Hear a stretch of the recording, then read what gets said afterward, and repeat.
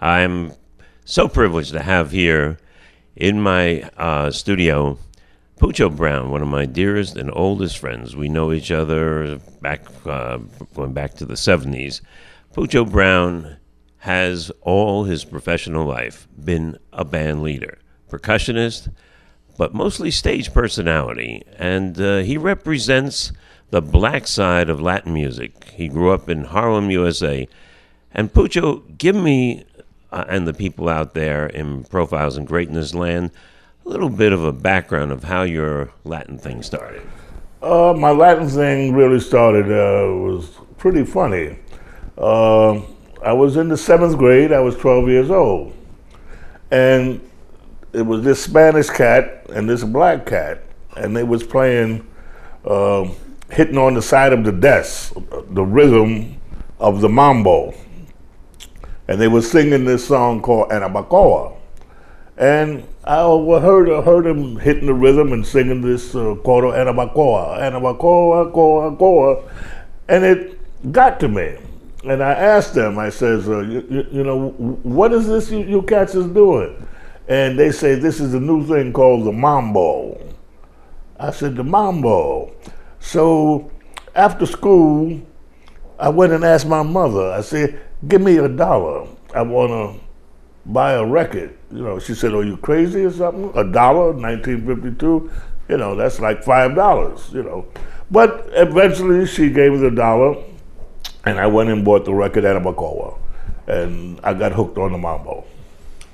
Well, then you went on to form a band that's been in existence for, I don't know how many years, Pucho and Latin Soul Brothers. How long ago did you begin that band? 1959.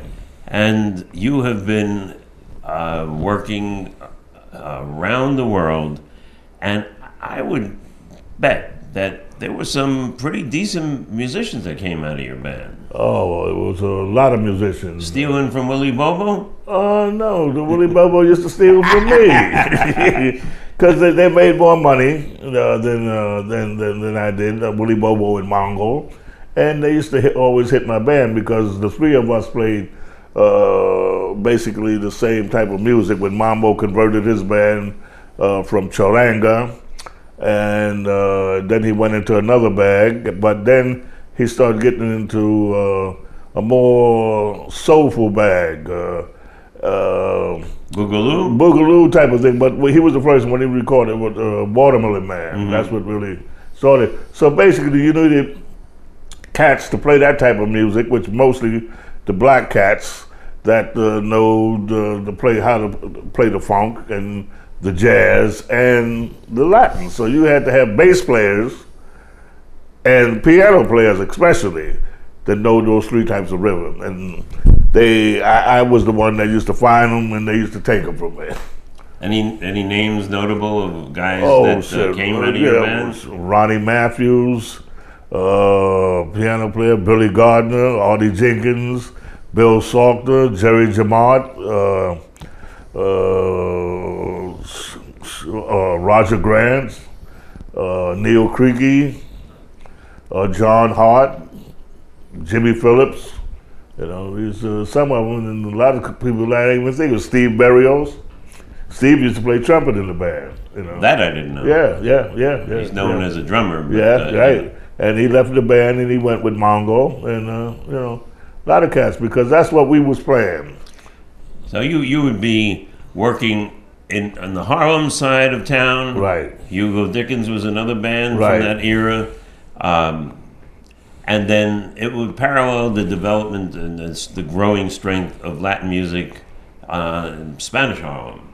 Right. Well, Latin music has always been, you know, with the black community since 1950. I guess it came in Harlem, like when I bought the record at Anabacoa.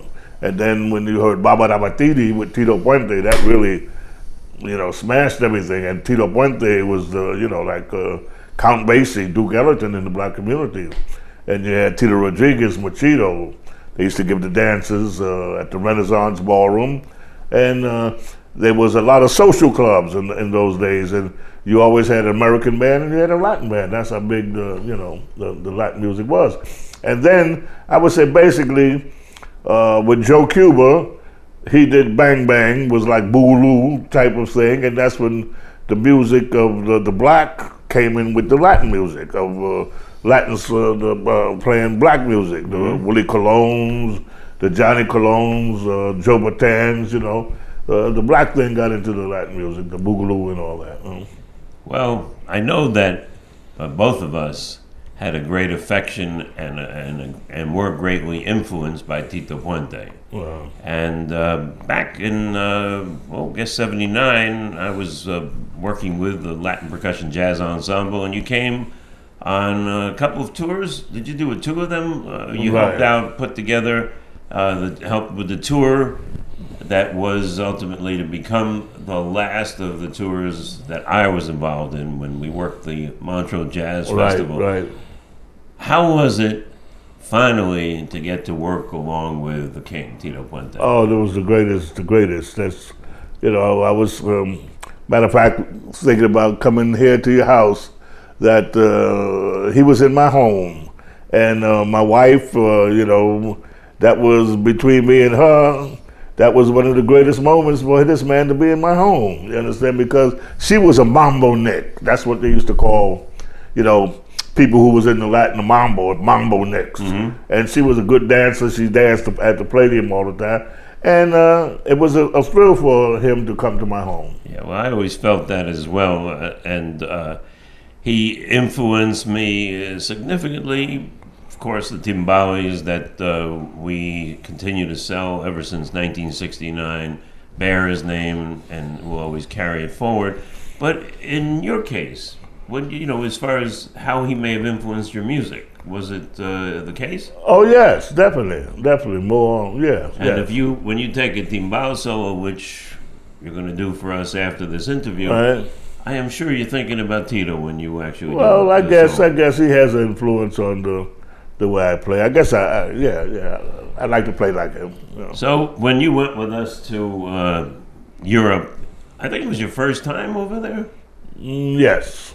But it certainly wasn't your last. It really ushered in a whole new career for you. You started becoming popular, and you became sort of the king of acid jazz. Right. And I want you to tell the people out there just how that happened. Acid jazz, how it happened. There was a music movement in the UK, I would believe, London. There was DJs. That's when the DJs started to become very popular. There was a DJ called Russ Dewberry that's really responsible for me coming over to the European scene, because they hired me for the Brighton Bop, and he was responsible for the Brighton Bop, and that's how I got to come over to 1993. That's when I started coming to England, London, doing the bops, and then from then on, it was all over. And there was a DJ, I can't think of his name, very popular DJ. Well, it came up, he was playing a record. And they said, what is this music you were playing? He said, oh, this is psychedelic Pucho. And by the name of psychedelic, he said, this is acid jazz. That's how they say the name acid jazz came about. And because you had an album called? Yeah, it was a tune called Psychedelic Pucho. And someone asked this DJ, was a very, very famous DJ. He was one of the top cats in the day. I just can't think of his name right now. And they asked him, what was the song that was being played? He said, Psychedelic Pucho. And by psychedelic, that was the jazz with the acid and all that. So they say acid jazz, so that's how. Well, after the UK, I know you've been to a considerable number of places. Where have you gone recently? Recently, we just got back from Spain, Lyon, Spain. Lyon? Lyon, Spain. Mm-hmm. Yeah, I know there's a Lyon, France. Yeah, but there's Lyon, Spain, and we was just got back from England, Exeter, England, and we did the Exeter festival over there. I think it's called a Vibraphonic gig. We just got back there. We're getting ready to to go to come to Colombia. I think it's in Cabo Haino or something, Colombia. And then we're going to go into the Cotton Club. We got a call in Japan. In Japan, yeah. That's an interesting. I just passed it the other night on 125th Street. Right. So it's nice to know that. The same Cotton Club. He leased the name out to the Japanese and whatnot.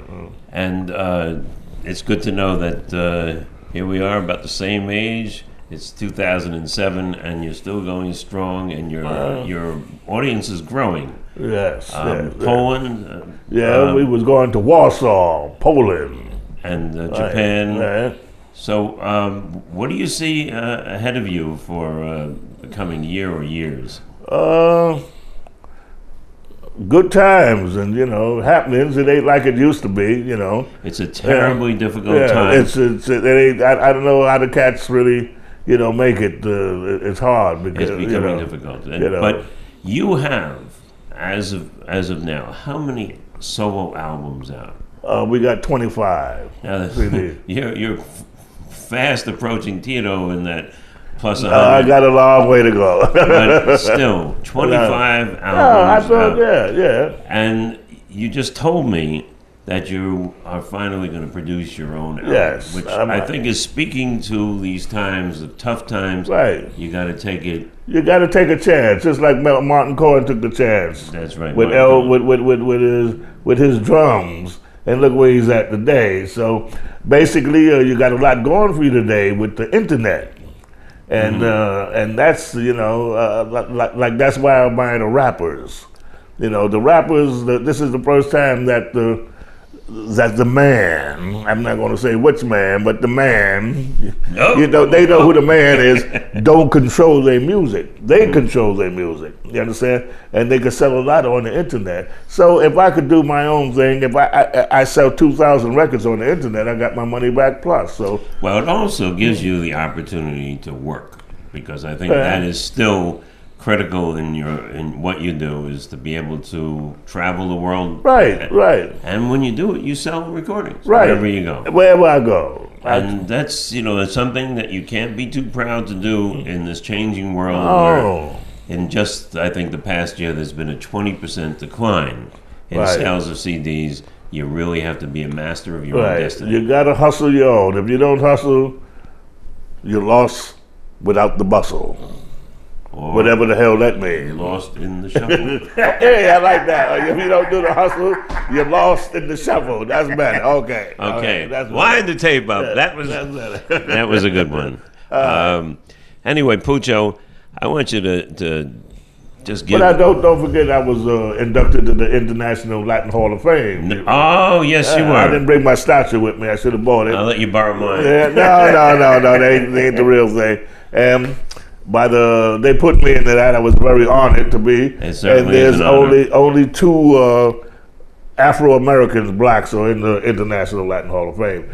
Out of all the hundreds and hundreds that are in there, two blacks, me and Dizzy Gillespie, or Dizzy Gillespie and me, because he's the first one.